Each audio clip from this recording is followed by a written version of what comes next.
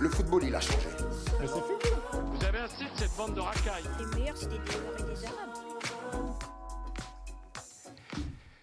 Salut à toutes, salut à tous et welcome back. Nous sommes de retour. Le football, il a changé, mais le plateau de la zone, non, n'a pas changé. Et la bande habituelle de Zonard non plus n'a pas changé, vous le voyez. Il ne quitte jamais son téléphone. On l'a quitté comme ça. On le récupère, téléphone à la main. Jobélin, comment ça va? Ah, enfin, je suis tellement bronzé. Ça va, pleine forme. Batterie rechargée pour la saison, c'est parti. Tu restes moins bronzé que les talons Je dirais pas, hein, de regarde. ce plateau. Oh, quand même, arrête. Il est même pas make-up, alors que toi, oui. Ah, moi, j'ai fait 1 heure de make-up. Bon, Bobo, comment ça va? Ça va. On s'est même pas questionné, Concerté, ouais. concerté pour la... Le code couleur, Ouais. tu sais quoi, ça c'est la couleur des mecs qui rentrent de vacances, qui veulent faire ressortir le bronzage. Ah, c'est ça. Ça marche moins bien sur toi, désolé. Allez, super, voilà, on aura tenu 1 minute et 14 secondes pour... Mais t'es beau, Bon, t'es plus beau à que d'autres, naturel. à d'autres, Bobo, ok, à d'autres. Donc voilà, on est de retour sur la zone, on a évidemment une belle émission après, 2 mois, 3 mois d'absence. Non, il y a eu l'Euro. maintenant. Oui, mais c'était quand l'Euro? Un mois et C'était au mois de demi. juin, donc Juillet, là. oui, ok, un gros mois et demi, on est déjà début. Un mois. 5, 6. Mais bon, j'ai jamais été très très bon en maths.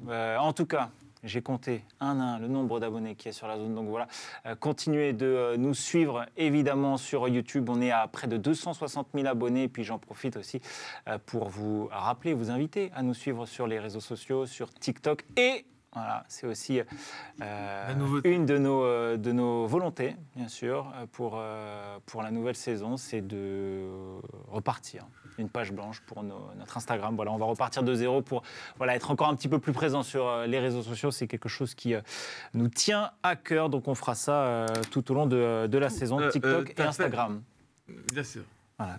Je sens que ça va être très très lancé. Je suis en forme aujourd'hui. Avant de vraiment entrer plus en détail dans cette émission, évidemment, on va parler sur tout ce qui s'est passé cet été et puis sur le début de la Ligue 1, notre championnat si cher à notre cœur. Un petit mot quand même sur Kylian Mbappé. Ça y est, c'est officiel, il est au Real Madrid. Ça fait un petit moment qu'on le sait et qu'on l'a vu. Kylian Mbappé n'est plus un joueur de Ligue 1. Question très rapidement. Attends. On peut juste 5 minutes arrêter de parler d'Mbappé? Ou on va encore faire une saison à parler d'Mbappé? Non, est-ce qu'il manque à la Ligue 1 selon vous? Est-ce ne qu'il vous parle- manque? c'est Est-ce bon, que vous ça êtes... suffit. Tout l'été, on a eu du Mbappé. Pendant 5 ans, on a eu Mbappé. On ne parle plus d'Mbappé pendant un certain temps. Ok, Bobo, est-ce que ça t'a fait bizarre de voir un championnat de Ligue 1 débuter sans Kylian Mbappé? Bizarre, non, parce qu'on était préparé, je pense, depuis un moment à le voir s'en aller. C'était un secret de polichinelle déjà sur les derniers mois au Paris Saint-Germain. Donc non, je pense qu'on en avait parlé d'ailleurs en fin de saison dernière, où on se disait qu'on avait aussi très envie et on était assez curieux de découvrir la Ligue 1 et le Paris Saint-Germain avec une autre formule et peut-être un peu moins dépendant de Mbappé. Donc non, ça m'a pas fait bizarre. J'avoue que j'étais plutôt pressé de voir ce que ça pouvait donner sans lui. Enfin, comment ça pouvait jouer sans lui. Je suis pas content qu'il soit parti, mais je suis pas non plus triste. Voilà. Tu vois, t'aurais pu faire une réponse comme celle-ci plutôt que d'être si virulent. Non, mais c'est bon, ça va. Merci, Bobo. On y va, on commence, on ouvre la première émission de cette saison 2024-2025. Let's go! Anthony. Les piles sont bien pleines là pour Jobélin. Le premier thème de cette émission, le premier gros thème concerne le Paris Saint-Germain et Ousmane Dembélé. La question qu'on s'est posée, la première question qu'on s'est posée pour la première émission de la zone, c'est... que Mani juste change de bandeau. Ça va arriver, on va l'annoncer, voilà, on est là, nous aussi on se met doucement mais sûrement en toujours en place. vacances, Voilà. Il arrive un petit peu en retard lors de la préparation estivale. Je crois qu'il est encore en Oui, Italie. il est à Rome, là. Je crois qu'il est encore à Rome, je suis pas sûr. Rome, là. Désolé. Ah, voilà. J'essaye de Non, les tenir en laisse, mais ils sont beaucoup trop puissants. Voilà. Ousmane Dembélé sera-t-il le Parisien de la saison 2024-2025? Messieurs, à qui l'honneur pour ouvrir un petit peu le débat? Écoute, je voulais lancer ce titre, évidemment, d'émission parce que tout le monde parle de Barcola. Maintenant, pour aller à contre-courant. Maintenant, pour aller un peu à contre-courant, puisque tout le monde va le faire pendant des mois et des mois, et que je m'étais un peu concentré sur l'aspect négatif de Dembélé, qui existe encore, évidemment, hein, mais je pense que ça peut le libérer, le départ de Kylian, que il n'a jamais fui ses responsabilités. Après, il aura toujours ce déficit en termes de finition et de dernière passe, mais voilà, il n'est jamais plus décisif que quand il ne fait pas de passe et quand il ne tire pas. C'est-à-dire quand il provoque des pénaltys comme ce week-end à Lille. Et quel pénalty provoqué en plus contre le LOSC et sur Alexandro. Ouais, tu parlais de la saison dernière, quand même 6 buts, 14 passes décisives, toutes compétitions confondues pour Ousmane Dembélé. On se souvient aussi de ses prestations contre son ancien club, le FC Barcelone, où il a été plutôt efficace et décisif. C'est important ce qu'a dit Jo quand même, Bobo. Est-ce que tu y crois, toi, à l'impact psychologique du coup plutôt négatif qu'avait Kylian Mbappé sur le Paris Saint-Germain, ou en tout cas les 11 titulaires et surtout le secteur offensif? Est-ce que tu penses que justement le fait qu'il n'y ait plus Kylian Mbappé, ça peut donner des ailes à Ousmane Dembélé? Lui donner des ailes, je trouve que c'est un bien grand mot. En revanche, sur les circuits de passe, de se dire que tu n'es plus dans l'obligation de passer par Mbappé à chaque fois, ça va forcément donner un peu plus de variété dans le jeu. Après, sur la question, est-ce que ça sera lui le Parisien de la saison? Moi, j'avoue que je mise sur un autre, un peu plus au milieu de terrain.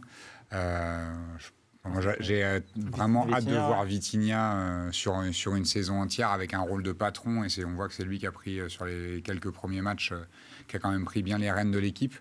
Mais sur le sujet, en tout cas, de Dembélé, je l'ai trouvé intéressant. La prépa n'est pas forcément optimale avec l'Euro, les vacances. Je ne sais pas trop... c'était quand même un petit peu tronqué, encore pire comme pour ceux qu'on fait. Pour d'autres équipes, il y a les Jeux Olympiques. C'est vrai que ça change quand même pas mal la donne. Mais le déficit qu'on lui connaît, il sera toujours le même sur l'efficacité.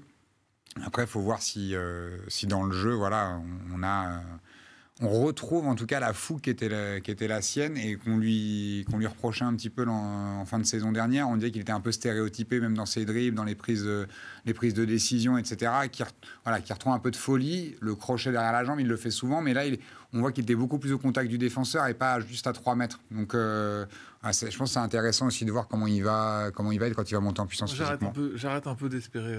C'est bon. Ça fait 7 ans, 8 ans que je me dis... Pour toi, il ne peut plus progresser Si, il peut progresser, mais le problème, c'est que c'est pas un problème de progresser, c'est plus un QI foot pur dans certaines situations. Après, c'est un extraordinaire footballeur, des qualités d'élimination qui sont fantastiques. Il a des qualités fantastiques, mais il y a certains aspects de son jeu qui, malheureusement, ça s'apprend pas forcément, tu vois. Et ça n'empêche que c'est un joueur qui va être titulaire toute la saison et qui va être certainement très bon cette saison. Pour moi, il n'y aura pas d'homme de la saison. Ça va être le collectif. C'est la première fois depuis très longtemps qu'on ne va pas voir le collectif qui va être le Parisien de la saison. On a Luis Enrique qui a une équipe... Il a fait des trucs merveilleux l'année dernière avec certains joueurs, comme Vitinha, dont tu parlais, comme Barcola, comme il y en avait plein, Zaïre Emery. On a retrouvé un Hakimi extrêmement performant. On a retrouvé un Donnarumma la saison dernière extrêmement performant. Je trouve qu'on n'en parle pas beaucoup de ça, alors que c'était quand même... un super-héros en plus. Il fait un super-héros, exactement.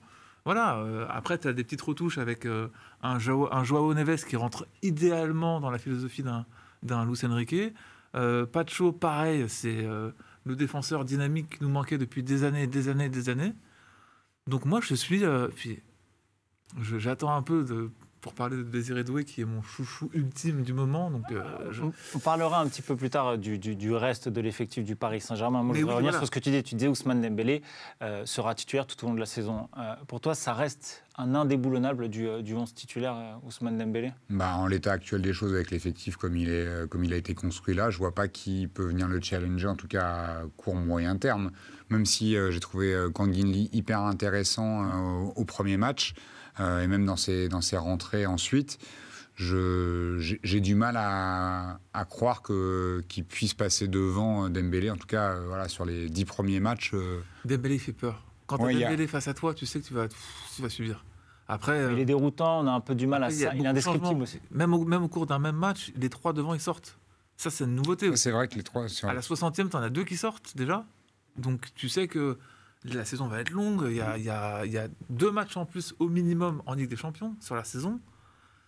Donc, tu auras une saison qui va être à 50 matchs encore. Donc voilà, il faut que ça tourne. À un moment donné, peut-être que Kangin sera titulaire et Dembélé rentrera à la 60e. Et inversement, selon la forme physique des joueurs. Puis il y a Randal Colomoni aussi, on n'en a pas beaucoup parlé. Et Luis Enrique, il sait gérer le physique des joueurs. On se souvient l'année dernière, il y a eu très peu de blessés. C'est une des premières saisons depuis très longtemps.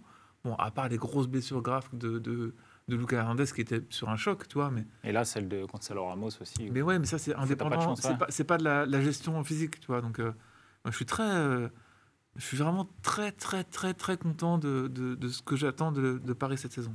Et juste pour boucler un petit peu et tourner cette page Ousmane Dembélé, là, en évoquant un petit peu le joueur parisien et la question qu'on se posait, alors bon, je vais encore évoquer Kylian Mbappé. Ça y est, la star de la Ligue 1 la saison dernière, c'était Kylian Mbappé. Maintenant, il n'est plus là. Il veut pas s'en La star de la Ligue 1 aujourd'hui, c'est qui?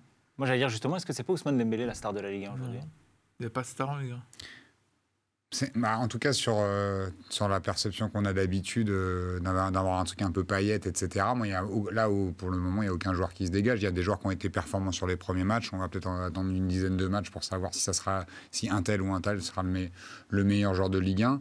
Je pense que ça met un petit coup à la visibilité et à notre possibilité d'exporter la Ligue 1 et de la vendre. On l'a vu sur le fait que ça manque en tout cas de talents confirmés. On a des joueurs qui sont soit en devenir. On a beaucoup de jeunes cracks, je pense, en Ligue 1. Après, il y a plus vraiment de grosses stars là. Moi, j'aimerais on attend de voir ce que ça va donner. J'aimerais que Zegrova soit mis en avant de fou, par exemple, que je trouve spectaculaire, mais au sens propre du terme. Fantastique. Là, il va disputer la Ligue des Champions. Donc ouais, mais forcément, il va désolé, ça fait un an qu'il marche sur tout le monde. Et quand il joue contre Paris aussi, quand il joue contre toutes les équipes de Ligue 1 aussi. Donc, je comprends pas je respecte énormément Lille, mais je ne comprends pas pourquoi est-ce qu'il n'a pas eu une offre à 45 millions pour ce joueur-là. Déjà, l'hiver dernier, il était censé partir et le board lillois avait réussi un petit peu à le garder en disant cet été, tu partiras et tout. Mais après, c'est un petit peu aussi... mais on en reparlera tout à l'heure, je crois, de Zegrova d'ailleurs. Peut-être. Par rapport au sujet que je t'ai fait rajouter dans le message WhatsApp tout à l'heure. Ok, d'accord. Non, pas du tout, mais on en parlera, il n'y a aucun souci. Le bois vert, je ne dis pas... Très bien, c'est bon, j'ai compris. Pour rester un petit peu sur le Paris Saint-Germain, là, on a un peu parlé du secteur offensif et le départ de Kylian Mbappé a fait naître énormément de rumeurs au niveau du mercato estival du Paris Saint-Germain, surtout en ce qui concerne un potentiel... numéro 9, arrivée d'un numéro 9, on avait évoqué l'arrivée de Lewandowski, on avait évoqué l'arrivée de Victor Osimhen. Au final, aucun véritable avant-centre n'est arrivé. Non, ça ne me dérange pas, j'ai l'habitude de toute façon, j'ai l'habitude. Voilà, forcément, des gamins qui sont faux de la classe pour me balancer des petites boulettes de papier dans le dos.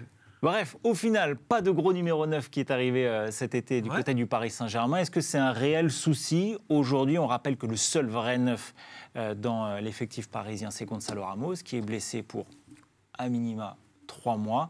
Est-ce que c'est un souci ou pas du tout? On connaît un petit peu la palette de Luis Enrique et il arrive toujours à s'en sortir. Bobo. Alors, a priori, si on m'avait dit ça en début de mercato, avant la reprise du championnat, j'aurais dit oui. Après, de ce que j'ai vu sur les 3 premiers matchs dans l'animation offensive et la capacité du Paris Saint-Germain à marquer avec un peu tous ses joueurs, pour l'instant, ça ne semble pas en être un. Après, 13 buts en 3 matchs. Après, on verra quand il y aura aussi... parce qu'on l'a vu contre Lille, à la 65e, quand ça a tourné, ça a manqué de fraîcheur physique, et que l'équipe a plongé, et que la désorganisation quand même, entre le milieu et devant, ça a été beaucoup plus complexe à gérer. Donc j'attends quand même de voir ce que ça donnera quand il y aura un peu plus d'adversité en face, et que les équipes seront plus fraîches physiquement, capables de défendre assez bas et de faire bloc sur tout un match. Lille, c'était le cas quand même. Moi, je trouve pas qu'ils ont fait bloc pendant... Ils n'ont pas joué à 10 derrière, ils n'ont pas mis le bus non plus. Non, en mi-temps, quand même, Paris a fait une très bonne mi-temps, et pourtant, Lille a très bien défendu, ils ont pas outre ça. Entre bien défendre et mettre le bus, tu vois, je pense que c'est deux choses différentes. Et je me dis, est-ce que tu aurais eu besoin d'un neuf, tu vois, de la présence physique dans la surface, etc., quand tu as un bloc très bas? On verra si ça leur manque ou pas. J'ai beaucoup aimé le bus de Montpellier. Alors là, si on peut avoir un bus comme ça tout le temps, franchement... C'est le bus magique qui devient tout petit. Exactement. Non, mais pour répondre à la question, moi, je trouve que c'est une question qui n'existe plus aujourd'hui. Le football, il a changé. Et... Tu vois, c'est toi. Tu ne veux plus en parler, mais à chaque fois, tu fais allusion. J'ai beaucoup aimé que tu utilises le mot animation. Parce qu'aujourd'hui, on ne parle plus de schéma, on ne parle plus de composition d'équipe. on parle de composition d'équipe, mais vraiment pour donner les noms des joueurs qui vont jouer. Mais City a dominé quasiment le football européen sans avoir Haaland au départ. Ils auraient dû en gagner une, voire deux. Ils ont attendu d'avoir Haaland pour gagner la Ligue des Champions. Oui, mais l'année dernière, le Real l'a gagné sans numéro 9. Voilà, tu vois, pour moi, et l'Espagne a gagné l'Euro avec un Morata très très faible comme d'habitude. Là, je suis pas totalement d'accord avec toi. Non, mais bon, voilà, moi je trouve que quand il est sorti et que il y avait beaucoup plus de profondeur dans le jeu et ça développait beaucoup plus, ça donnait beaucoup plus d'aile à Nico Williams ou à tous ces joueurs-là. Après, je trouve que Paris peut très bien performer avec que ce soit Désiré Doué en faux neuf, c'est une idée. Que ça soit en ce moment, c'est Asensio Asensio. Il a joué avec un faux neuf pendant très longtemps, même avec Messi en faux neuf quand il jouait au Barça, enfin quand il entraînait le Barça à une période. Je pense pas que ce soit un vrai souci. Vu l'activité des 8 joueurs offensifs du PSG, franchement, là, tu les sens tellement libérés du poids de Kix qui est parti dans le jeu. Tu vois l'été qu'a fait... comment il s'appelle l'Espagnol Fabien Ruiz, franchement, mais c'est le jour et la nuit. De voir que là, j'attends de voir, quand il va rentrer dans le 11, dans la rotation du 11, voir s'il est libéré sur son côté gauche, parce qu'à l'Euro, il jouait avec Nico Williams. Nico Williams, il ne redescendait pas, lui demandait le ballon à 2 mètres de lui, quoi, tu vois. Et il n'avait pas à défendre dans le dos Nico Williams. Nico Williams défendait et a défendu tout l'Euro. Donc à un moment donné, il faut quand même dire les trucs, c'est que Paris, avec ou sans neuf, jouera beaucoup mieux que les saisons précédentes. Parce qu'il n'y a pas de joueur qui a le pouvoir sur l'entraîneur. Il n'y a pas d'entraîneur qui va faire sa composition d'équipe en fonction d'un seul joueur ou améliorer parce que c'est un joueur star ou plusieurs, comme il y a eu avec Neymar ou avec Messi. Voilà. Après, moi, j'avoue que j'aime beaucoup Asensio dans ce rôle-là où on a un joueur technique qui est capable de finir parce qu'il est quand même assez létal en général. Ça rate pas trop, c'est pas un mec qui gâche des occasions faciles. Et à côté de ça, il peut faire jouer les autres. On peut mettre Lee à sa place, qui a une très bonne qualité. T'as quand même pas mal de joueurs comme ça, où tu peux jouer en disant que tu vas avoir Barcola et Dembélé qui vont rentrer. Et on n'a pas encore vu Joao Neves, je sais pas ce qui, tu vois, mais je sais qu'à Benfica, il se projetait quand même pas mal dans la surface, etc. Ah oui, c'est vrai. En tout cas, il n'a pas vu des matchs. Il était des matchs de fou.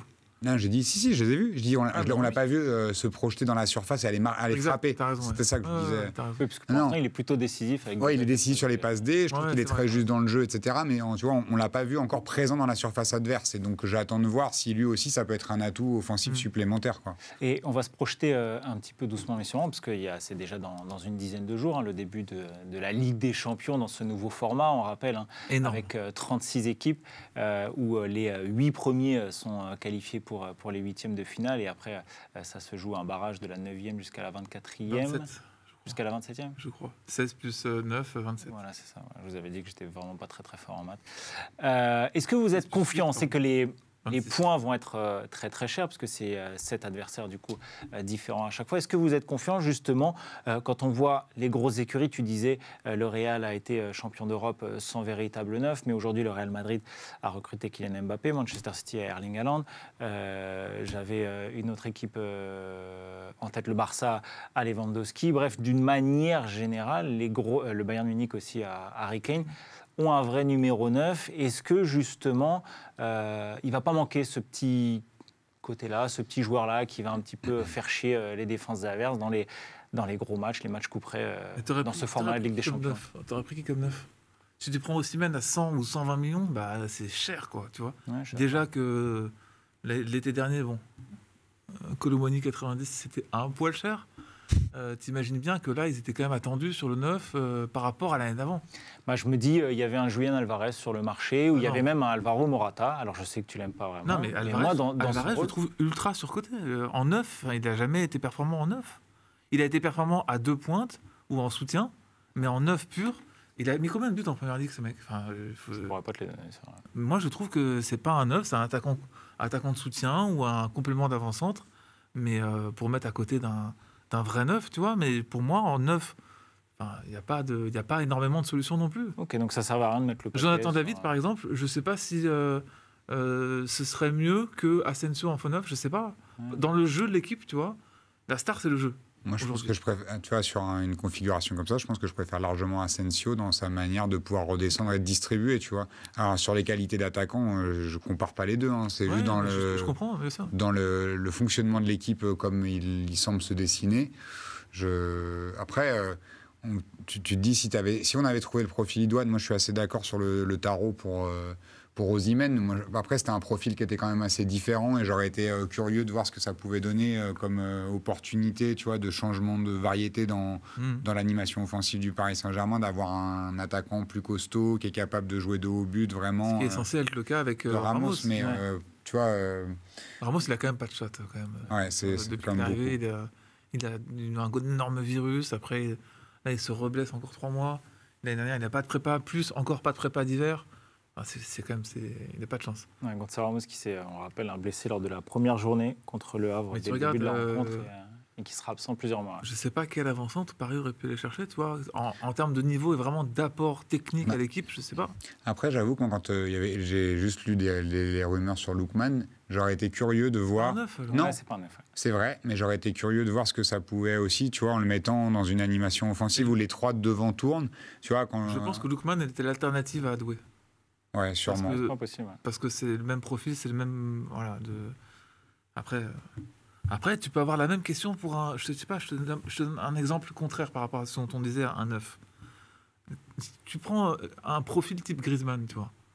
Ce que tu as un peu avec Asensio, mais un joueur collectif qui va te bonifier un peu l'équipe. Ça peut être intéressant aussi. Alors peut-être pas Griezmann lui-même, parce que c'est compliqué par rapport à ce qu'il préfère, etc. Mais tu vois, il y a des... Moi, ce que j'aime, j'ai le mercato, là, que j'ai toujours attendu depuis 15 ans. Des jeunes ultra prometteurs, pas forcément starifiés dans les mois qui vont venir. Le jeu mis en avant. L'entraîneur à qui on donne les clés du camion. À qui on donne sa chance sur plusieurs années parce que ça a été une réussite. Ça fait combien de temps qu'on n'a pas eu un entraîneur qui a été... D'ailleurs, apparemment, on parle d'une prolongation là, pour Luis Enrique. Mais c'est énorme, franchement. C'est tout ce qu'on attend depuis des mois et des mois. Et on nous parle de 9 dans les médias, ils n'ont pas réussi. C'est bon. On parle énormément du mercato quand tu vois, ça a été très très critiqué. Hein, et encore sur la dernière semaine, les 2 dernières semaines, le mercato du PSG était excessivement critiqué en disant. T'es content toi ou pas? Moi je suis content. Moi, je suis enchanté du mercato. Moi je suis content. Justement, alors on ouvre la page mercato, c'était aussi un des thèmes qu'on voulait aborder pour cette reprise et cette rentrée. Selon vous, alors peut-être d'abord à l'échelle de la Ligue 1 et puis dans une autre mesure à l'échelle européenne, qui a le mieux ou quelles sont les équipes qui ont le mieux réussi leur mercato? En Ligue 1? Ouais, à l'échelle de la Ligue 1 et ensuite... Là, on a pas mal parlé du Paris Saint-Germain, donc sur un autre club, je pense que l'OM, qui n'a pas de compétition européenne à jouer, c'est bien renforcé.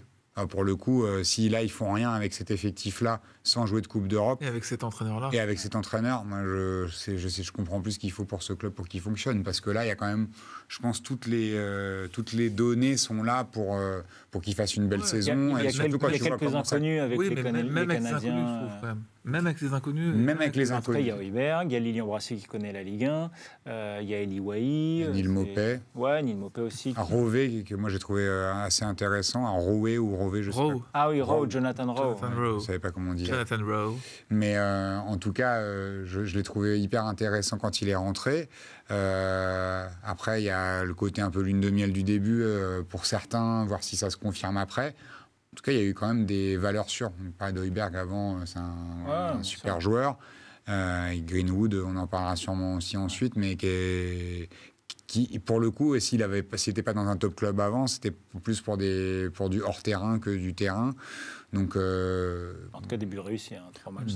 Début réussi. Après, c'était un sacré joueur de foot. On en parlera après, je crois, non, de Greenwood, il me semble. Ok. Mais donc, du coup, l'OM, ouais. Okay. Non, mais l'OM. Et Rouli, même, tu vois, le gardien. Ouais, bien sûr. L'OM aussi. J'ai pas de gros exemples de mercato réussi en France. Mais même, je pense à l'AS Monaco, mais il y a l'attaquant Ileni Kena. Ou plus, la vraie recrue pour eux, c'est Mbolo, quand même, qui revient d'un an qui revient de blessure, c'est vrai. Qui va quand même faire beaucoup de bien. Après, au milieu, ils ont toujours ces bêtes physiques. Ils ont perdu Fofana. Ouais, mais bon. Je crois qu'ils ont... Ils ont Ouattara qui va exploser cette saison, latéral gauche remplaçant. Ils ont vendu Jacobs pour faire monter Ouattara en remplaçant Caio Henrique. Donc ça va être très bien. Ça. Il y a le LOSC aussi qui fait un mercato plutôt intéressant, avec des valeurs sûres, surtout défensives. Ils n'ont pas remplacé Bentaleb, qui est censé avoir des gros soucis de santé. Je ne sais pas s'il va revenir. Ouais, c'est le gros point d'interrogation. Ils ont essayé de faire Lesmelou, que ça ne s'est pas fait. Et du coup, ils ont fait personne d'autre. Mais... Oui, ils ont Aïssa Mendy, Thomas Meunier, Mitchell Baker. Mendy, c'est bien. Meunier. Mais bon, quand tu vends, ils ont vendu pour beaucoup quand même. Euro, j'aurais quand même pris un défenseur central plus assumé, je trouve quand même. Aïssa Mendy, c'est bien, mais bon, c'est 31 ans, c'est pas non plus un monstre, tu vois. C'est une valeur sûre de Ligue 1. Tu joues avec des champions, tu vas avoir des...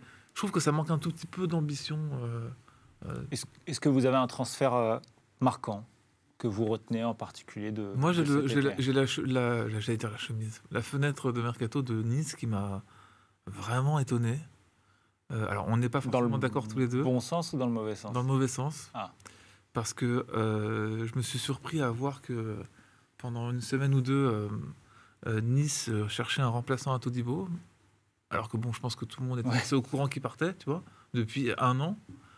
Donc, un peu étonnant. Après, aller chercher Ndombele qui va être bon des premiers matchs, tu vois, mais il y a quand même d'autres... Enfin, je sais pas, les joueurs que j'ai envie de voir J'ai envie de voir des joueurs en devenir qui vont... Ouais, ça reste une bonne opportunité, je pense, Tanguy Ndombele, si tu peux l'avoir gratuitement. Oui, mais je suis pas sûr qu'ils aient besoin d'avoir gratuitement des joueurs. Ils ont vendu Kefren Thuram, ils ont vendu Todibo.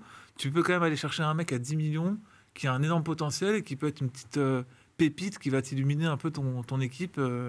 Ils ont Youssouf Moukoko, non, de Dortmund. Et c'est un prêt, je crois, non? Oui, c'est un prêt, mais bon... Mais après, c'est un peu éternel espoir. Ça fait longtemps qu'on attend qu'il... Moi, j'ai beaucoup d'interrogations sur cette équipe. Bah moi, j'avoue, ça fait longtemps que j'ai envie de le voir jouer plus souvent, Moukoko. Donc, il arrive en France, ça sera aussi la bonne opportunité. Mais j'ai l'impression qu'il y a un moment qu'on disait il va péter. Ouais, après, il y a des très bons joueurs dans l'équipe, tu vois. Mais bon... le recrutement Ndombele, Jonathan Klaus, tu vois, c'est Galatasaray de la Ligue 1. Tu connais les endroits pour sortir un peu à Nice, toi? Ouais. Il y a tous les bons plans. La voiture, tu vas à Cannes ou à Monaco. Ouais, Monaco en général.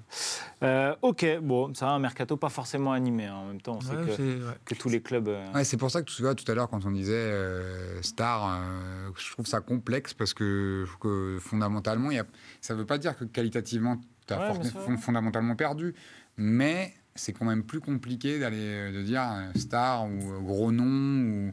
Là, on est plus dans qui va popper, quelle équipe va réussir à fonctionner le mieux collectivement. Le départ de Bourigeaud, ça m'a fait un petit truc, tu vois. C'est très étonnant. Tu vois ce que je veux dire? Ouais, bien sûr. Ouais. Alors que Rennes, c'est pas. C'est vrai qu'on parlait en plus des départs là, en off des trucs comme ça, mais Bourigeaud je trouve que c'est un joueur qui a toujours été vachement sous-coté, qui avait énormément d'impact et peut-être trop d'impact même en termes d'éparpillement, mais ça m'a fait quelque chose. Je suis content pour lui parce que bon.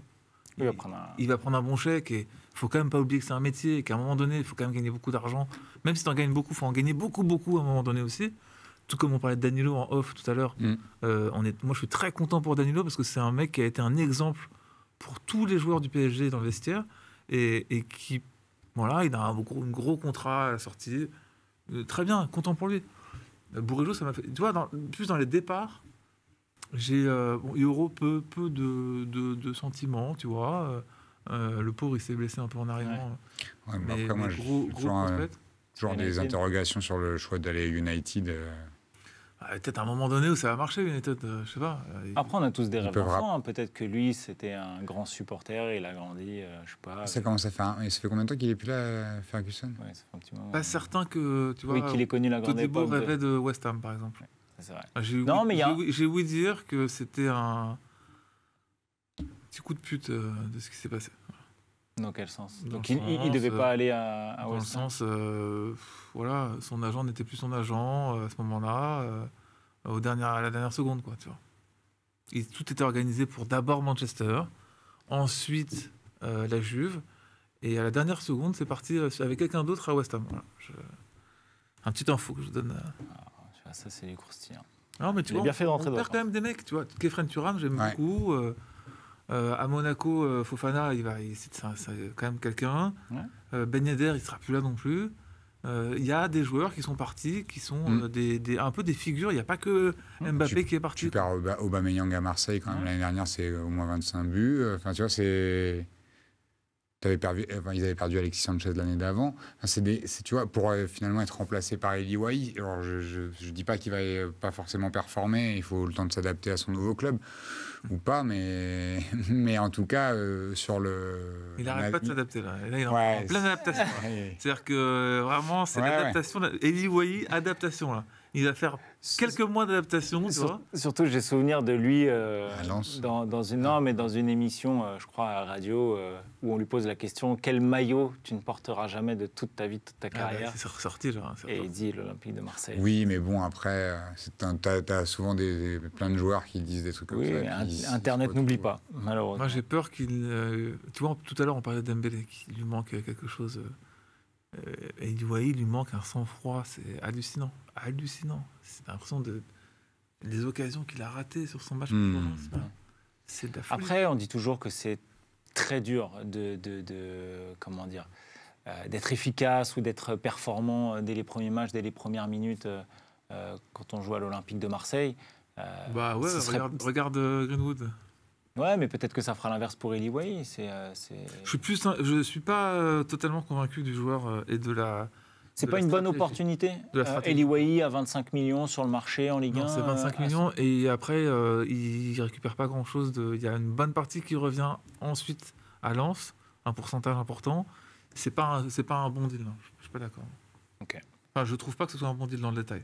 Bon, on va continuer un petit peu de surfer sur la vague Olympique de Marseille. On va ouvrir notre gros thème Olympique de Marseille et Mason Greenwood.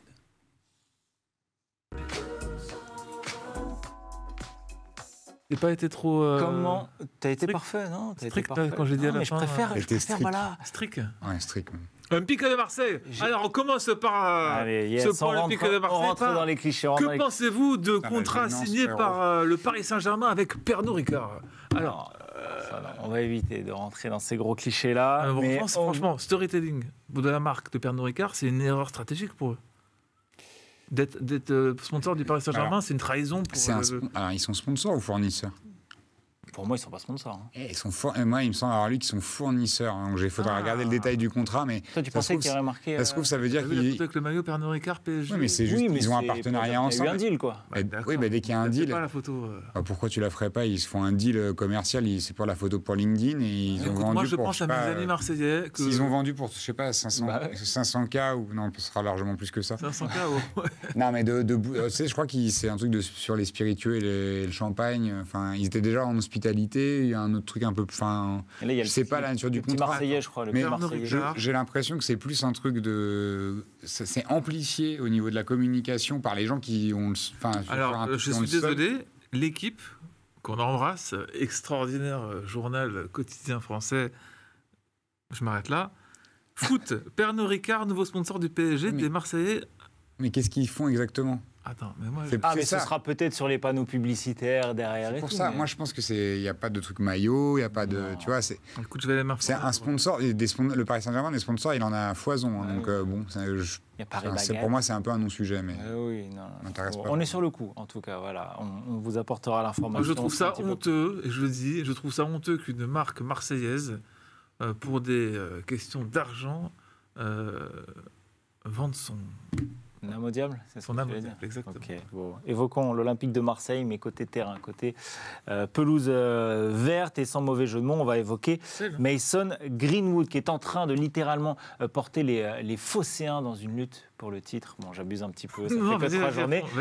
Mais pourquoi pas rêver d'un mano à mano entre le Paris Saint-Germain et l'Olympique de Marseille tout au long de la saison. Les Phocéens portés par ce joueur et ce numéro 10 que vous voyez, Mason Greenwood. Comment ça, est-il surcoté? Oui, est-il surcoté? C'est un peu la question. Honnêtement, il a quoi? Il a 22 ans, 23 ans, c'est ça. Ça fait énormément de temps qu'on... Tu parlais de joueurs d'éternel espoir comme Moukoko, on en entend parler et tout. Ils n'ont jamais vraiment popé, jamais vraiment pété. C'est un petit peu le cas de Mason Greenwood. Je n'ai pas souvenir d'une saison flamboyante de ce joueur. Et aujourd'hui, oui, il réalise un très très bon début de saison. 5 buts en 3 matchs. Aujourd'hui, le meilleur buteur de Ligue 1. Mais on entend ici et là, c'est pour ça aussi que je pose la question, qu'à l'instant T, ce serait lui le meilleur joueur de Ligue 1. Est-ce que vous êtes plutôt d'accord, pas d'accord? Je suis complètement contre, mais voilà. Mais il faut expliquer aux gens que... déjà, il faut comparer... On parle de niveau de jeu, hein, on est d'accord. Est-ce que c'est le meilleur joueur de Ligue 1 ? Non, en fait, parce qu'au Paris Saint-Germain, il y a peut-être déjà 6-7 joueurs qui sont à un niveau largement supérieur. On parle des meilleurs joueurs du monde à leur poste, ou en tout cas en concurrence. Greenwood, il n'est même pas top 5 de son pays à son poste. Il faut quand même dire la vérité. Il y a 5 ou 6 joueurs... Il a une nationalité britannique, anglaise ou anglaise. jamaïcaine? Okay. Pour l'instant, anglaise. Okay. Donc déjà, en équipe d'Angleterre, il n'est même pas dans les remplaçants des remplaçants. C'est-à-dire qu'on parle quand même d'une sélection qui a mis de côté des mecs comme Rashford à l'Euro pour prendre d'autres joueurs. Jadon Sancho aussi. Et Jadon Sancho aussi. Jadon Sancho, non, c'est ça? Sancho, mais une tempête à Greenwood, par exemple. Mais une tempête. Il est 10 fois meilleur. Maintenant, c'est bien pour lui, pour sa carrière, d'émerger un peu et de montrer des qualités, tu vois. Mais calmons-nous, quoi. Il y a eu 2 matchs ou 3 matchs. Et des gens ne peuvent pas s'empêcher de s'enflammer. Il faut attendre. Il fera certainement une belle saison. Mais en termes de niveau, dire que c'est le meilleur... Enfin, au Paris Saint-Germain, en meilleur niveau, largement, et genre, il n'y a même pas de discussion, tu vois. Donnarumma, Hakimi, je te fais juste ligne par ligne. Hein. Allez, je ne rentre même pas dans la discussion des autres, derrière. Vitinha, Warren, je discute même pas pour les mecs comme ça, tu vois, genre. Dembélé, Barcola, t'en as déjà 5 juste au Paris Saint-Germain, tu vois. Et encore, je pense qu'il y en a encore 5 ou 6 autres qui sont meilleurs que lui en termes de level par rapport à son poste. Genre Nuno Mendes, par exemple, est monstrueux au niveau mondial. Greenwood, il sort d'une demi-saison à la Sociedad. Il a fait 3 matchs à l'OM. Rétafé, pardon. Il a fait 3 matchs là. Calmons-nous, quoi, tu vois. Mais après, il y a des mecs qui veulent absolument faire le buzz, qui sont obligés de... Est-ce que pour toi, Bobo... ça restera ou ça reste un simple tube de l'été ou tu le vois vraiment faire une grosse saison? Après, le niveau, je pense qu'il l'a toujours eu. C'est ce que je le disais un tout petit peu tout à l'heure. Il a malheureusement fait plus de bruit dans la case fait divers que dans la case football. Et je pense que ça a aussi largement... C'est une bonne merde, on peut le dire. Largement entaché sa réputation et le fait que des clubs veuillent se positionner sur lui. C'était footballistiquement une bonne opportunité pour l'Olympique de Marseille. Donc après, sur la question est-ce qu'il est surcoté, je pense pas qu'il soit surcoté. Si on dit que c'est un très bon joueur, c'est un bon joueur de foot, très bon joueur de foot, il n'y a pas de problème avec ça. Et je pense qu'il va performer avec l'OM parce qu'il y a aussi un joueur de caractère. Après, de là à dire meilleur joueur de Ligue 1, je pense qu'on en est loin, ne serait-ce que parce que... Enfin, c'est beaucoup trop tôt pour le dire et que je suis pas forcément sûr. Là, il y a aussi ce qu'on disait tout à l'heure, c'est qu'on est dans une phase du championnat où il y a quand même, pour avoir regardé les matchs de l'OM, j'ai trouvé que dans les oppositions, surtout le match contre Brest, j'avais pas reconnu Brest, en tout cas dans sa non-maîtrise du tout du match et d'être parti dans un truc de laisser des espaces dans tous les sens. Il y avait beaucoup d'absents et puis ils avaient quand même face à lui Jordan Amavi. Donc tu vois, il y a ce truc aussi où tu as des conditions favorables qui font que c'est un très bon début de saison pour lui, qui va le mettre en confiance, etc. Mais c'est un joueur qui a besoin d'espace aussi. Alors, il faudra voir, et on l'a vu contre Reims, quand ça défend un peu plus bas et que le bloc est bien en place, c'est quand même beaucoup plus compliqué de le trouver. Donc, déjà dire que c'est le meilleur joueur de Ligue 1, je pense qu'il a beaucoup de choses à prouver avant qu'on puisse le savoir, parce que je suis pas sûr qu'il y ait grand monde qui l'ait vu à Retafe ou encore avant à United ou encore avant, enfin pour le temps de jeu qu'il avait en tout cas. Donc surcoté non, meilleur joueur de Ligue 1. Non mais déjà à son poste. Mais Zegrova le fume. Mais je préfère 1000 fois avoir Zegrova que Greenwood. Je préfère 1000 fois avoir Dembélé que Greenwood. Après, juste à son poste, je parle. Après, est-ce qu'il sera meilleur buteur du championnat? Peut-être. Non. Mais est-ce que ça en fait le meilleur joueur de Ligue 1? Non mais... Ça, c'est toujours l'éternel débat qu'on a dans les trophées UNFP en général. Mais il sera peut-être à 22-23 buts, tu vois. Je ne le vois pas mettre 35 buts, donc il sera peut-être à 22-23 buts et meilleur buteur du championnat. Ça, c'est possible. Mais est-ce que c'est le meilleur joueur de Ligue 1? Alors, tu vois, c'est pour ça qu'il est intéressant maintenant qu'il n'y en a plus Kylian Mbappé, où tu vois, on peut voir le niveau technique et à la fois les stats. Là, aujourd'hui... on va peut-être remettre un petit peu la question sur le niveau technique de certains joueurs. Et c'est pas parce que tu mets 20 buts que tu es le meilleur joueur du championnat. Donc, il faudra aussi peut-être un peu... Avec tes meilleurs buteurs, il faudra peut-être un peu doser aussi là-dessus. J'aime bien Mohamed Ali Chou, tu vois, par exemple. Même poste. Mohamed Ali. Ouais, un peu moins tueur. T'as dit quoi? C'est vrai qu'il a... Ouais, Mohamed Ali Chou. Ah, j'ai compris Mohamed Ali. Je me suis dit... Oui. Chaud. Il est chaud. Est-ce qu'il vaut tout simplement les 26 ou 30 millions 31 millions avec les bonus, ok. 31 millions investis par l'Olympique de Marseille. On parle quand même d'un joueur, donc voilà, tu le disais, qui est plutôt connu pour ses faits divers, qui n'a jamais vraiment prouvé sur le terrain. 31 millions d'euros pour, en tout cas d'un point de vue nombre de buts, remplacer Pierre-Emerick Aubameyang, qui a fait une super saison pour l'Olympique de Marseille la saison dernière. Est-ce que, voilà... Non, je pense que c'est Eli Wahi qui remplace Aubameyang. Moi, je pense aussi. Ouais, mais quand il a été recruté, Greenwood, c'était Eli Wahi, ça s'est fait dans les dernières heures. Après, Longoria a des défauts, mais il a quand même une grande qualité, c'est qu'il arrive à vendre des joueurs. Il arrive à revendre Ismaïla Sarr, qui fait une saison catastrophique. Mais je n'ai pas souvenir qu'à part cet été-là, ouais. l'Olympique de Marseille a réussi à bien vendre ses joueurs. Ah non, mais je dis juste que là, en tout cas... Oui, cet été. Depuis cet été, en tout cas. Que ce soit pour Ndiaye, que ce soit non, t'as raison, ouais. Voilà, donc ils ont récupéré un peu d'argent. Mais... Donc c'était un bon procès. Non, mais il faut dire la vérité. Pour l'Olympique de Marseille, 31 millions d'euros, ils sortent d'un accident quand même avec Vitinha. Ouais. Je suis pas... Enfin, moi, vu les problèmes qu'il y a eu hors terrain, etc., je trouve que le risque réussite... Alors, pour l'instant, ça leur donne raison, et tant mieux pour eux, tu vois, parce que moi, je préfère les mecs qui prennent des risques, comme Longoria le fait, plutôt que l'inverse. Donc, je trouve ça vraiment remarquable. Maintenant, je trouve que c'est un peu un joueur qui aurait dû venir en prêt avec option d'achat, ou à un 12 millions, un truc comme ça, tu vois. 31 millions, ça veut quand même dire que tu as la certitude qu'il va tout péter, tu vois. Alors, peut-être qu'il va tout péter, mais ce sera un pari gagnant. Pour moi, c'est quand même un gros pari, quoi. Ouais, après, avec les moyens de Marseille. C'est-à-dire que c'est 30 millions quand tu sors de la saison de Marseille et que tu n'es pas qualifié pour la Coupe d'Europe.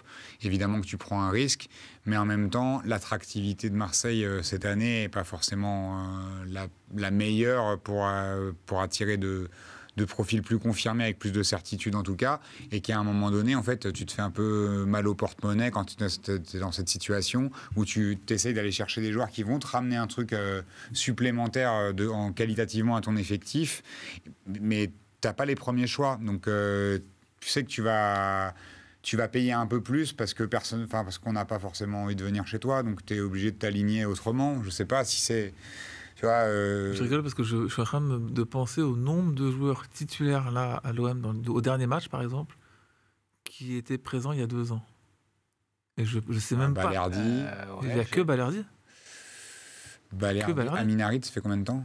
C'est l'année dernière, il y a 2 ans. Peut-être Amin Harit. Ouais, mais il y a 2 ans, il est arrivé l'année dernière. Ouais. Sinon, le reste, c'est mort. Ah, mais tu te rends compte quand même. Le gardien, il a changé. Non, parce que Mbemba, il joue pas. Dans l'effectif, quoi. C'est fou. Après, moi, je considère... à un moment donné, il faut quand même construire. Quand tu es obligé de construire. Si tu compares au Paris Saint-Germain, il n'y en a pas tant plus que ça. Il y en a plus, mais... Si, quand même. T'as quitté Donnarumma, Kimi... C'est les 2 dernières années. Marquinhos, Nuno Mendes. Vitinha, c'est sa troisième saison. Nuno Mendes, Dembélé... Ouais, c'est peut-être sur le plan offensif qu'il y en a moins, en fait. Ouais. Ok, non, c'est bon. Oui, offensivement, oui. Offensivement, oui. Et, vous savez quel est le meilleur buteur du PSG Vous avez vu le truc passer, là? Le meilleur buteur du PSG en activité dans l'équipe? Sous le maillot du PSG, en gros, Marquinhos. Ouais, forcément, 11 saisons. C'est dingue, quand même. 36, et après, ça passe à 12, genre. Tu vois? Ou 16, je sais plus.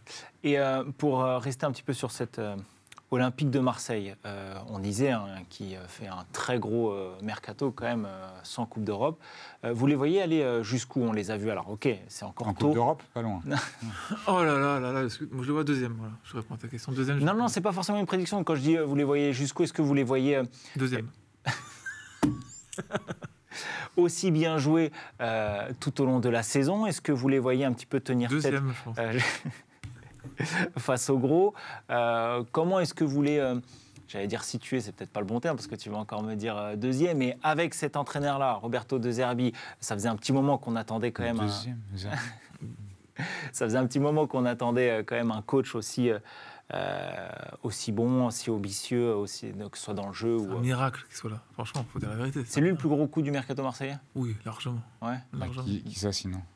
Non, mais je pensais sinon à Højbjerg, tout simplement, qui est une superbe opportunité. On va dire que pour l'état du club, sans Coupe d'Europe, en tout cas, voilà, c'est... Non, mais Højbjerg, ça se joue. En espérant qu'il reste 2-3 saisons, tu vois. Højbjerg, déjà 2-3 mois. Ne change pas tout, quoi, tu vois. Genre, des Derby, ça change tout. Ça change vraiment la projection que tu peux avoir sur l'ambition de tes résultats et tout.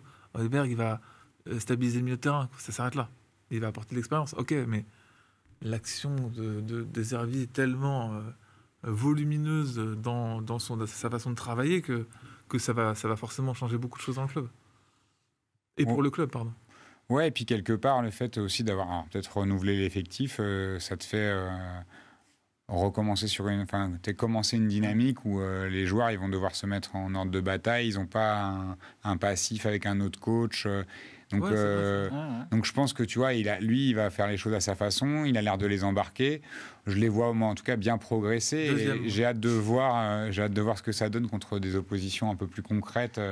Voilà aussi où ça va jouer en face, parce qu'encore une fois, pour l'instant, j'ai trouvé que il se faisait pas trop bousculer non plus, et c'est pas parce qu'il surdominait les matchs. Tu vois, ils ont joué Reims que je vois. Mais Reims a joué. Alors justement, on y va sur les prédictions.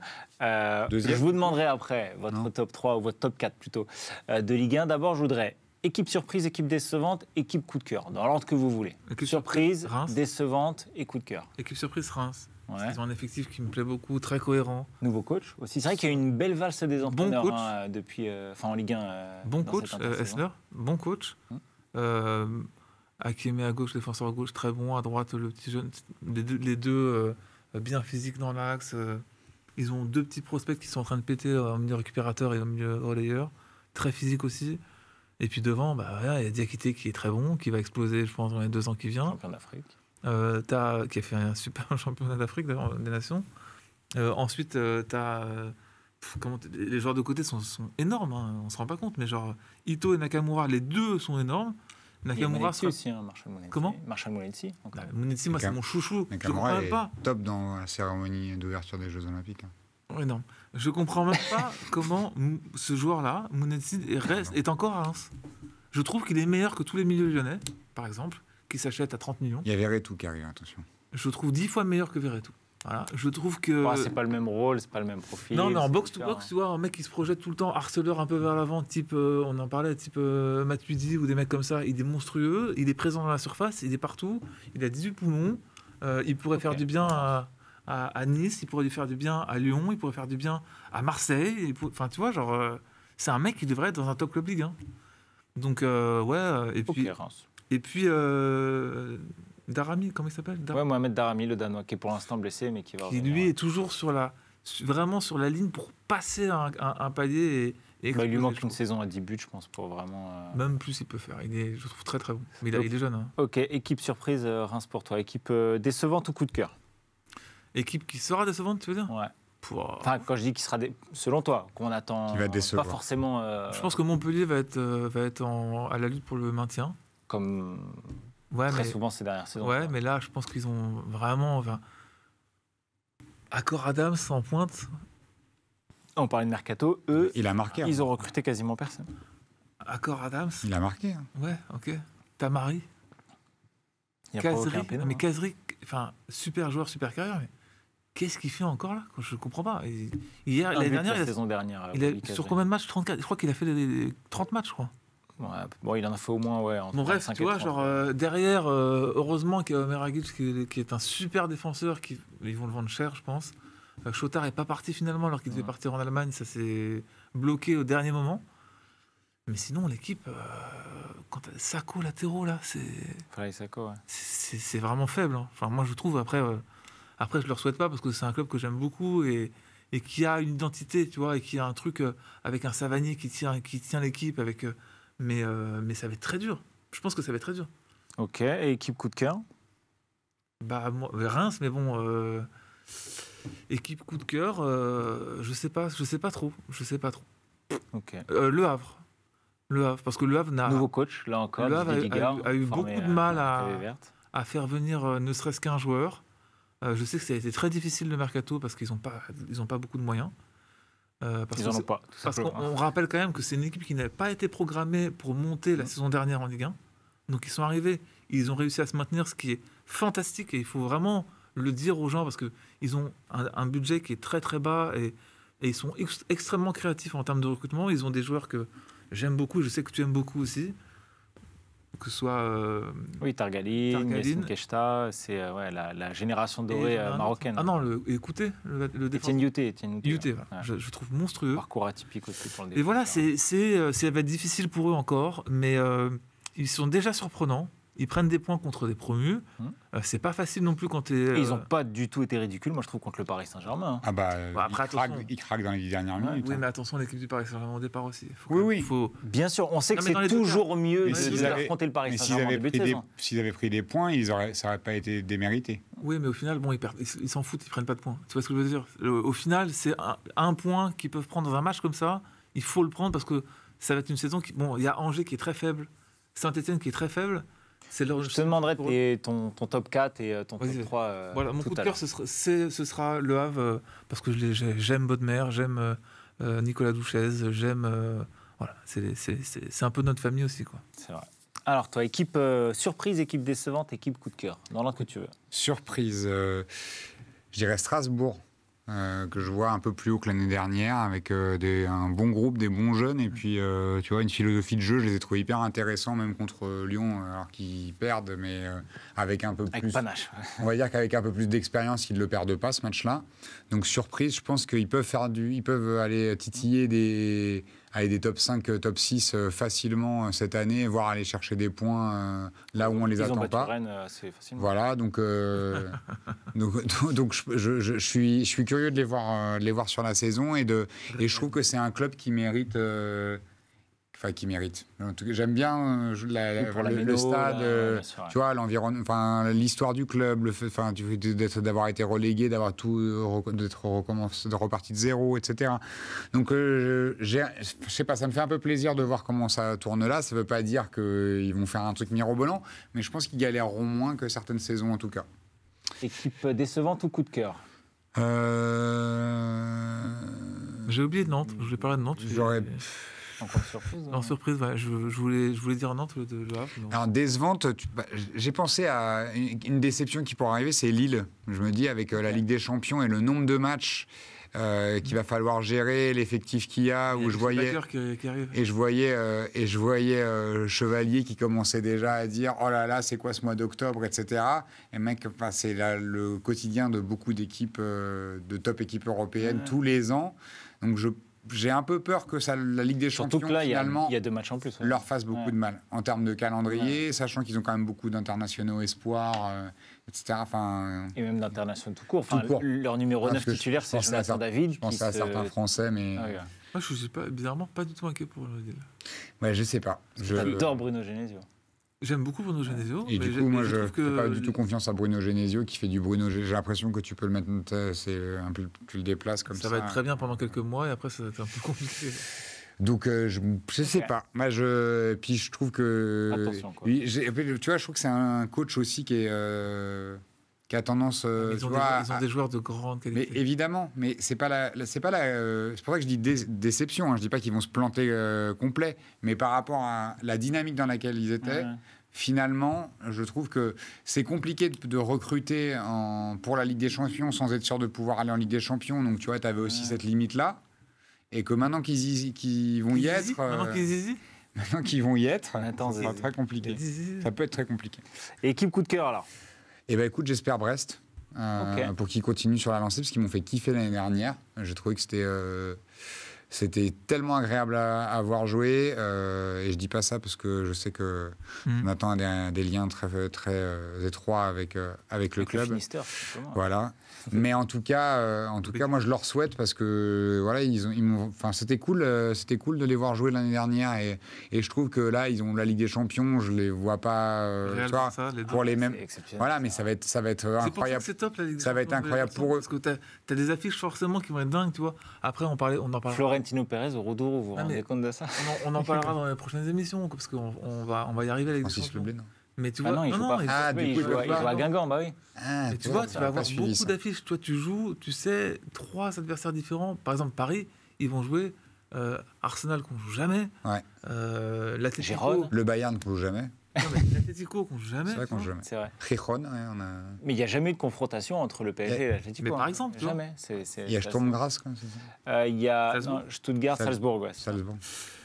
Je vais quand même aller un peu plus loin dans les prédictions. Donc voilà, ton top 4. Non, je vais aller plus loin encore que ça. Tu as donné tout le classement, là ? Deuxième. Je vais vous donner des prédictions sur la saison. Bon, après, pour vous chauffer, je vais dire je suis inquiet pour Rennes et Nice. Parce que Nice, j'ai pas aimé leur recrutement. Je trouve qu'ils ont perdu. Ils perdent de plus en plus en qualité. Même si... Non, c'est pas vrai. Ils disent ça tout le temps, mais je te jure, c'est pas vrai. J'adore. C'est pas ce que tu m'as dit hier. Non, il parlait de Florent Maurice. Ça n'a rien à voir. Je veux parler de Florent Maurice. Bref. Du coup... Nice et Rennes. Je pense... J'annonce que Stéphane ne finira pas la saison. Ouais, oui. Ouais, il est arrivé il y a moins d'un an quand même. Hein. Ouais. Donc, tu vois, que Der Zakarian ne finira pas la saison. Et voilà, peut-être on aura une surprise certainement à Noël. On aura un club qui sera peut-être genre Nantes, tu vois. Un club comme ça. Nantes. Dans les 5 premiers ou 4 premiers. Ok. Genre vraiment une surprise où tu te dis, parce que t'as 8 clubs en Coupe d'Europe, ou 7 clubs en Coupe d'Europe. Donc les mecs, ils vont tous perdre des points. Et tu vois, tu parlais de Nathan Zézé. Ouais, super défenseur. Bien Lui, sûr. cette saison, c'est pour lui. Comme il y a eu Euro l'année dernière, ou l'été prochain, où je pense que ce sera le défenseur que les mecs vont s'arracher dans les clubs intermédiaires anglais, par exemple. Voilà, t'as des... Que te dire de plus ? Je pense que Brest ne sera pas en danger. Ils ont des principes qui tiennent. Oui, mais attention quand même à cette saison assez exceptionnelle dans tous les sens. Bien sûr. Après, ça reste le 15e budget de Ligue 1. Faut quand même... Non, bien sûr, mais c'est... Moi, j'ai dit coup de cœur. Hein. J'ai pas dit qu'ils allaient finir encore sur le podium. Ce sera peut-être complexe. Donc voilà. Donc Julien Stéphane ne finira pas la saison. Der Zakarian aussi. Puis voilà. Qu'est-ce que je te dis ? Voilà. Et ton top 4 ? Bon, je pense dans le connaître. Non, pas forcément. Paris, Marseille, deuxième, Monaco et Lille. Marseille va prendre beaucoup d'avance, je pense, jusqu'à Noël. Il n'y a pas de Coupe d'Europe. Monaco, Lille, ouais. Mais Lille, ils ont vraiment... Je suis vraiment surpris parce que Lille, ils ont une... Ils ont battu le Fenerbahçe. Ils travaillent très bien. Ils travaillent très bien. Ils sont sur une construction d'effectifs à moyen terme qui se fait dans très peu de clubs en France. Bon, après, je pense qu'ils auraient aimé vendre des joueurs qui ne sont pas vendus, genre Jonathan David, genre Zebrova. Ils attendaient beaucoup. Mais ils ont vendu... Surtout qu'il reste 1 an de contrat à Jonathan David. Ah oui, mais il va partir libre. Hein. Ça me paraît évident. Quoi. Mais bon, ils n'ont pas de remplaçant. Hein. C'est un souci quand même. Et Mohamed Bayo. Ils n'ont pas de remplaçant. Mohamed Bayo. Ton top 4, toi, est-ce que c'est globalement le même ou tu vois un autre 4e ? Ça me paraît un peu complexe là de me positionner. En tout cas... Je vois pas comment Marseille pourrait pas être sur le podium. Là, pour le coup, s'ils y sont pas, t'es dans un optique de mettre la pression, toi, sur l'OM, sur tes copains marseillais ? Je leur mets pas la pression, mais t'as pas de Coupe d'Europe. On parlait quand même d'un recrutement qui est plutôt cool. Enfin, t'as un super coach, tu fais pas podium. La honte. Franchement. Attends. Non, mais je sais pas. Donc je vois pas comment il pourrait pas être sur le podium. Mais après Monaco, sûrement aussi. Je sais pas. Après, je pense que Paris sera. Je sais pas. Non, Paris sera champion, j'imagine. Quand même. D'Europe, tu disais. Tu voulais relégation après. Ouais. Après là, c'est un peu plus compliqué en début de saison de. Non, mais tu vois les effectifs quand même. Angers, c'est vraiment en dessous, je trouve. Ah ouais. Angers, c'est en dessous de Auxerre, par exemple, tu vois. Ouais, je pense que Angers, Saint-Étienne, tu vois, Saint-Étienne, là, et pourtant c'est un club que j'avoue que j'aime beaucoup. Lyonnais, toi. Et du coup, je suis quand même pas serein pour eux. Tu vois, genre là, les 3 premiers matchs, alors sans tirer de conclusion forcément, parce que ça reste que le début du championnat, mais dans les principes de jeu. Non, et puis le 11, c'est dur, c'est dur. Souvent, après, ils prendront des points avec le public. Tu vois. Ouais, évidemment, ils vont réussir à... Là, ils ont fait, c'est quoi, c'est 2 matchs à l'extérieur, hein, c'est ça ? Ils ont fait à Brest et ils ont fait match nul là. J'ai oublié la première journée, mais ils ont fait match nul. Ouais. Et après, ils ont enchaîné défaite contre le Havre et contre... C'est pas 0 point, Saint-Étienne ? Non, ils ont fait 1 point pour leur premier match, de mémoire, à vérifier. Et toi ? Ensemble. Et toi, tiens? Équipe surprise, Strasbourg aussi. Ouais. Je suis un peu d'accord avec... Mais moi, j'ai peur que ça se délite un peu parce qu'il n'y a pas de... Je comprends qu'il y ait une petite interrogation, mais il y a un côté un peu football total, insouciance de la jeunesse, qui me fait penser qu'ils vont aller embêter... Non, c'est 0 point. 0 point, ouais, ok. Qui font penser que voilà, ils vont aller aussi titiller un petit peu. Je les vois bien top 10. Et en danger, tu vois un peu Rennes, Nice? Alors, pas en danger, mais équipe décevante au vu du budget, des ambitions. Ouais. Côté un peu club de Nouveau-Riche, Rennes. Eh ben, j'espère qu'on va se tromper pour une fois parce qu'on est tout le temps en train de dire chaque année, je pense comme tout le monde depuis des années, Rennes, ils seront sur le podium. Ouais. Ils ont fait quand même un bon recrutement, je trouve. J'ai l'impression qu'ils ont plus perdu qu'ils n'ont. Ils ont perdu Enzo Rennes, Lefebvre, ils ont perdu Benjamin Bourigeaud. On dit ouais, ça va, Rennes. Non mais là ils ont recruté derrière quoi. Ils ont enfin recruté des défenseurs quand même, tu vois. Donc j'espère que voilà. Après, Grandbeck il me fait penser à Bourigeaud quand même. Dans l'énergie, dans le truc. Ça va être très très dur, je pense, de le remplacer quand même. C'est juste qu'il leur faut un bon entraîneur, quoi. Allez, boum, voilà, comme ça. Et coup de cœur, un peu comme toi, Le Havre, pour plein de choses, pour Zidigar, pour voilà, le fait un peu de se battre avec 0 €, de recruter intelligemment. Ouais, non, j'aime beaucoup ce qui se fait, ce qui se dégage. Ouais. Admirable. Comme toi. Merci. Et comme toi aussi, Boris. Le premier degré. Merci. Bon, on a tout dit, on a tout fait, je pense. Ouais. Comment on peut se quitter, comment on peut dire au revoir en anglais, en espagnol, comme ça. Voilà, dire qu'on est en train de sécuriser un invité exceptionnel pour la prochaine ou la bon, allez, dans les semaines à venir, voilà. On a du lourd qui... Mais très très rapidement quand même. On a du lourd qui peut-être la prochaine émission. Écoute, on verra. Il faut encore qu'on gère un petit peu le planning des invités, mais c'est sûr qu'on a de belles surprises pour vous, chers abonnés. J'en profite aussi pour vous inviter à aller voir la dernière vidéo qu'on a postée, Champions Rire édition 2. On y était, c'était au Folies Bergère avec toute la team Mosaïque 75. Vous savez, c'est un événement qui réunit des anciens footballeurs, des humoristes, des chanteurs. On y était, on a eu la chance d'y être et de rencontrer un petit peu tout ce gratin-là. On a bien rigolé. Quel est ton meilleur souvenir de ce truc d'ailleurs? Quelle interview t'as un peu... Tout de suite, t'as pensé à quoi là? Moi, je sais. Gradure? Ah ouais, de fou. Ouais. J'étais sûr. On est un peu là encore. No. Oh, quoi qu'est-ce qui c'est horrible. Il a trop kiffé. Mais non, non, mais j'adore le personnage. C'était mignon. Non, c'est en vrai. Encore vu le... En vrai, moi, pour avoir assisté à la scène, j'ai trouvé ça vraiment très mignon. Ouais, mais ça se voit qu'il le kiffe. Mais du coup, c'était cool parce que c'est bien, tu vois. Genre, non, mais c'est vrai, t'as raison. C'est un mec qui était. Non, mais moi, je le connaissais pas. Okay. Gradure, j'avais jamais rencontré, jamais parlé. Juste, j'ai déjà vu en interview, en vidéo, etc.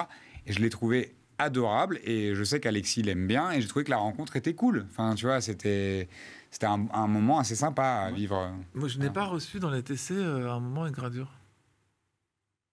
Écoute, il assume pas. À vérifier. Non, mais après, c'était essentiellement sur sa promo. On a parlé paternité aussi. Ça, on a énormément parlé bébé, ça c'est clair. Mais bon, bref, on n'est pas là pour débriefer. Voilà, vraiment, allez voir.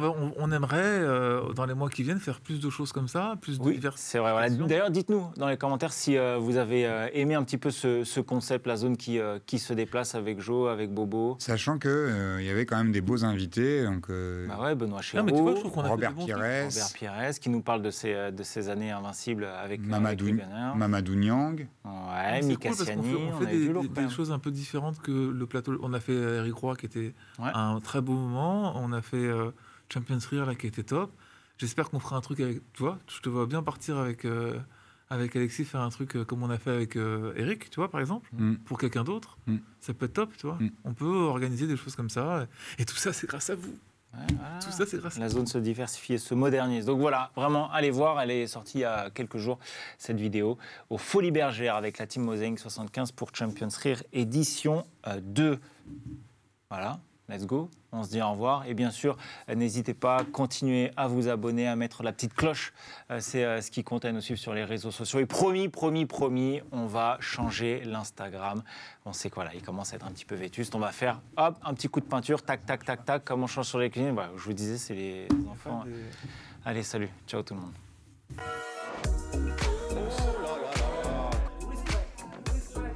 Le football, il a changé. Vous avez assez de cette bande de racailles. Les meilleurs, c'était des Noirs et des Arabes.